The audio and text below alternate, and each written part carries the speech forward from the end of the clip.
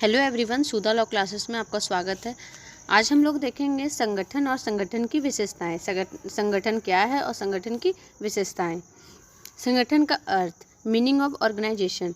जब कभी दो या दो से अधिक व्यक्ति किसी उपक्रम में साथ साथ कार्य करते हैं तो इन व्यक्तियों के मध्य कार्यों को बांटने की आवश्यकता होती है। इसी का नाम संगठन है और यहीं से संगठन की क्रिया का शुभारंभ होता है। विभिन्न व्यक्तियों, समूहों तथा विभाग में प्रभावपूर्ण समाकलन तथा समन्वय स्थापित करने की कला को ही वाणिज्य की भाषा में संगठन कहते हैं। संगठन, हम लोग संगठन देख रहे हैं तो कभी भी संगठन का अर्थ यही निकलता है जब दो व्यक्ति हो या दो व्यक्ति से स्टार्ट हो, दो व्यक्ति और दो से ज़्यादा व्यक्ति जब किसी काम को किसी चीज़ पर काम करना चाहते हैं तो वो क्या करते हैं, सब थोड़ा थोड़ा अपने में थोड़ा थोड़ा कार्य बांट लेते हैं कि कुछ काम तुम करना, कुछ काम तुम करना। इसी को हम लोग क्या करते हैं, संगठन।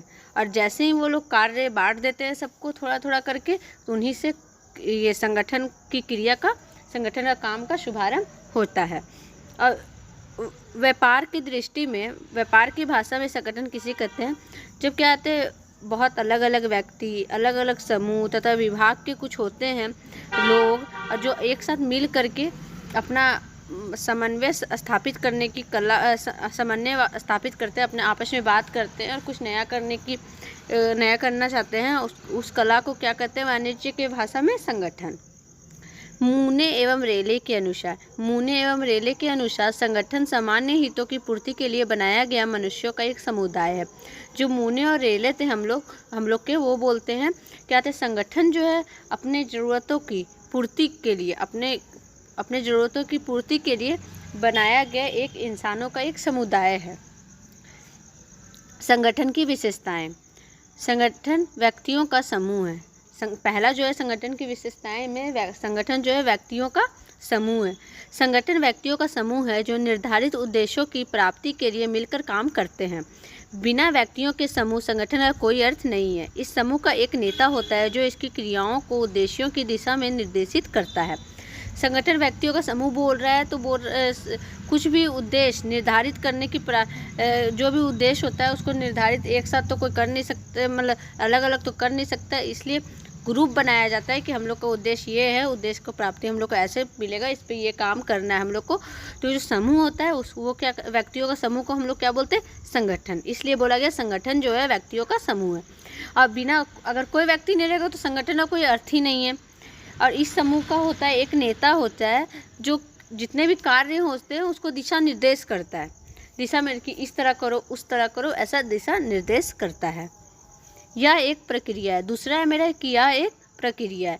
यह एक ऐसी क्रिया है जिसके अंतर्गत संस्था के उद्देश्यों को प्राप्त करने के लिए गतिविधियां की पहचान व सामूहिकरण किया जाता है। संस्था का मतलब वो जो संगठन का जो उद्देश्य है उसको प्राप्त करने के लिए सब कुछ का गतिविधियां का पहचान करना है कि किसको कौन सा गतिविधि करना है, वो सब मिलके होता है और ये प्रक्रिया है। इन गतिविधियों को उपयुक्त प्रभागों, विभागों, अनुभागों तथा कृतियों में बांटा जाता है। और ये सब जो गतिविधियां होता है उसको छोटा छोटा विभाग में बांट, जैसे प्रभागों में बांटा जाता है, विभागों में बांटा जाता है, अनुभागों में बांटा जाता है तथा कृतियों में बांटा जाता है। संगठन प्रबंध का एक महत्वपूर्ण कार्य। प्रबंध मतलब होता है मैनेजमेंट। जो संगठन एक मैनेजमेंट का एक प्रमुख महत्वपूर्ण कार्य है। जैसे मैनेजमेंट होता है, कुछ भी काम करने के लिए हम लोग को मैनेजमेंट मजबूत होना चाहिए कि हम लोग ऐसे मैनेजमेंट करते हैं तो ऐसा होगा। प्रबंध के विभिन्न कार्य हैं जैसे नियोजन, समन्वय, अभिप्रेरणा एवं नियंत्रण। संगठन भी इन्हीं कार्य जैसे एक महत्वपूर्ण कार्य है। अब प्रबंध का एक महत्वपूर्ण कार्य है, प्रबंध का महत्वपूर्ण कार्य संगठन है।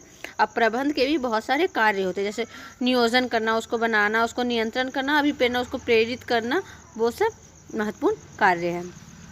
संगठन एक प्रणाली है। अब संगठन एक प्रणाली बोल रहा है।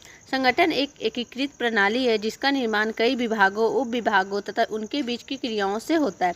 यह प्रणाली जटिल होती है तथा संस्था के उद्देश्यों की पूर्ति करती है।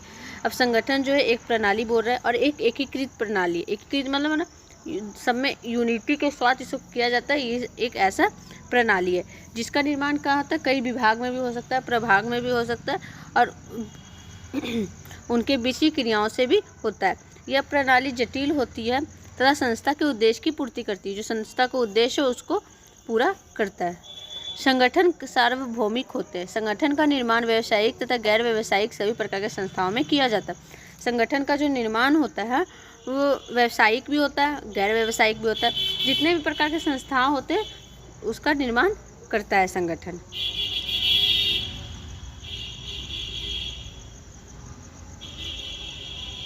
तो दोस्तों आज हम लोग ये वीडियो में देखें संगठन का क्या अर्थ है और संगठन की क्या क्या विशेषताएं हैं। तो आज के लिए बस इतना ही। मैं कल फिर मिलूंगी नए वीडियो के साथ। तब तक के लिए नमस्कार।